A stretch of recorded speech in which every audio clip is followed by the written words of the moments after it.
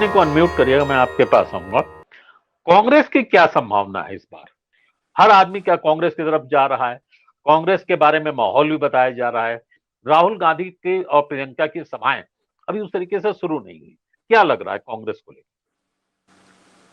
मैं तो एक ही चीज कहूंगा कि मुझे लग रहा है कि वहां पे पूर्ण बहुमत से कांग्रेस की सरकार बन रही है और उसके पीछे कोई और वजह नहीं है कि लगातार जिस तरीके से वहां पर कांग्रेस का एक मजबूत आधार रहा है, इसमें कहीं कोई दो राय नहीं है।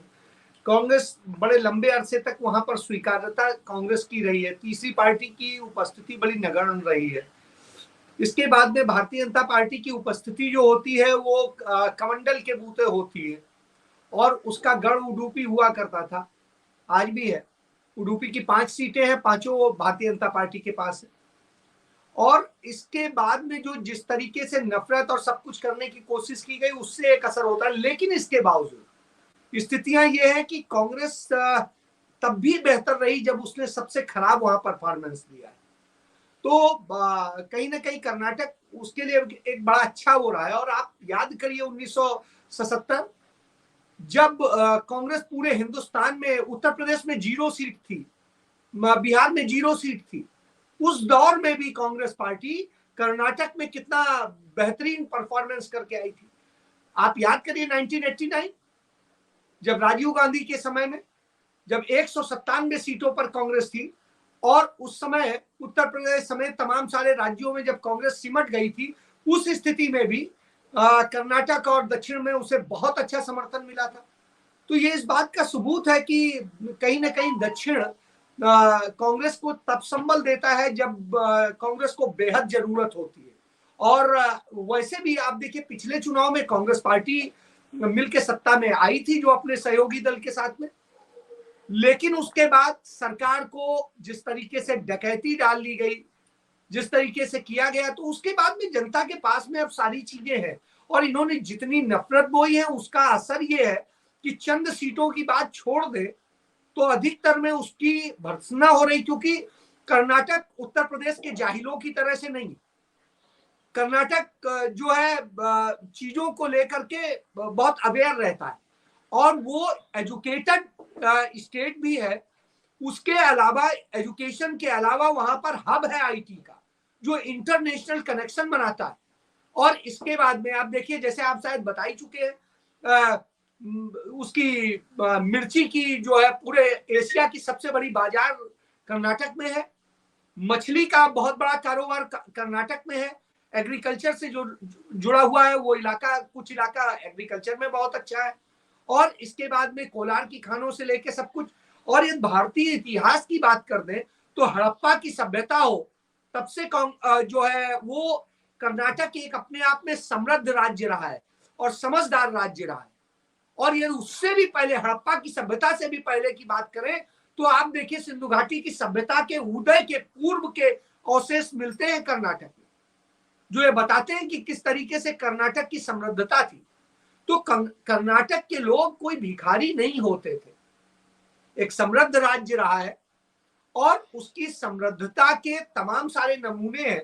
और उसके बाद में जब कांग्रेस शासन आया 1956 में, जब ये मैसूर राज्य बनाया गया, तो उस समय आप देखिए, उस समय पंडित नेहरू ने जब इसे राज्य बनाया तो एक अलग तरह से मैसूर राज्य होता था। 1973 में जब श्रीमती इंदिरा गांधी ने इसे कर्नाटक नाम दिया, कर्नाटक राज्य बनाया, तो आप देखिए उसके बाद भी। और 1989 तक आप देखिए किस तरीके से उसने साथ दिया है। और जब राजीव गांधी ने वहां जा करके, जब दंगे हुए थे और राजीव गांधी ने जा करके एयरपोर्ट से उतरते ही वहां के मुख्यमंत्री को बर्खास्त करने की घोषणा कर दी थी, जो कि हॉस्पिटलाइज थे, उससे नुकसान जरूर हुआ, लिंगायत उससे नाराज हुए, उसका असर देखने को मिला।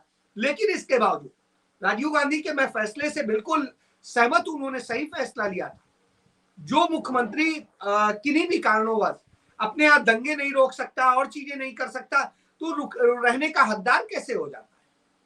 तो बिल्कुल सही किया था राजीव गांधी। और आज ये चीजें हैं, जो दंगे फसाद हो रहे हैं, उन सब चीजों का असर हो रहा है। और यही वजह है कि अब सबको समझ में आ रहा है कि कांग्रेस ही है जो कम से कम इन चीजों से बचाती थी, सभी को सोचती थी। और कांग्रेस के लिए वजह भी है, कांग्रेस के राष्ट्रीय अध्यक्ष कहां से आते हैं? कर्नाटक से आते हैं। कांग्रेस पार्टी के जो युवा के अध्यक्ष हैं, जिन्होंने कोविड के दौरान इतना महामारी के दौरान काम किया कि देश और दुनिया में उनको प्रसिद्धि मिली, बीवी श्रीनिवास को, आप देखिए वो कर्नाटक से आते हैं। उसके अलावा डीके शिव कुमार जैसा व्यक्ति है जो समर्पित है, इतना ईडी के छापे पड़े, सीबीआई के पड़े, सब कुछ पड़े, वो हिला नहीं है, डरा नहीं है, उसने जाके घुटने नहीं टेके हैं, वो सावरकर नहीं है, उसने सिद्ध किया है। तो यह एक बड़ी चीज है। और इसके बाद में कांग्रेस की विचारधारा को समझने वाले, देश की आजादी के आंदोलन में योगदान देने में से लेकर के और सब चीजों में रहा है। और मल्लिकार्जुन खड़गे तो वो व्यक्ति है जो इस कारण से उनके परिवार को पेड़ से बांध के जला दिया गया था उस छोटे से, जब वो बच्चे थे, जब कि वो दलित परिवार से आते हैं। तो आप सोचिए उस पीड़ा को वहां के लोग समझते नहीं है। और वहां पर किया क्या गया है, जिस तरीके से आरक्षण का खिलवाड़ किया गया, सुप्रीम कोर्ट ने कल ही जजमेंट दिया है उस पर, और जिस तरीके से साजिशें रची गई हैं वोट बैंक को वो करने के लिए, वो सारी चीजें सामने आ गई। तो इससे सबको अब समझ में आ रहा है कि ये क्या खेल खेल रहे थे। और इसके बाद में सबसे बड़ी बात, जब वहीं जाके प्रधानमंत्री नरेंद्र मोदी परिवारवाद की बात करते हैं तो वहां 35 कैंडिडेट वो परिवारवाद के ही उतारते हैं, 35 कैंडिडेट। अब आप समझ लीजिए। इसके बाद में महिलाओं की बात करते हैं। आज भी वो एक भाषण में नारी की बात कर रहे थे, उसके सशक्तिकरण की बात कर रहे थे। और जब महिलाओं को टिकट देने की बारी आती है तो 5% टिकट भी नहीं देते हैं। आप कल्पना कर लीजिए। और इसके बाद आप स्थिति है भ्रष्टाचार की बात करते हैं, 40% भ्रष्टाचार वाली सरकार, और जो सबसे ज्यादा भ्रष्टाचारी लोग हैं उन्हीं को टिकट देते हैं।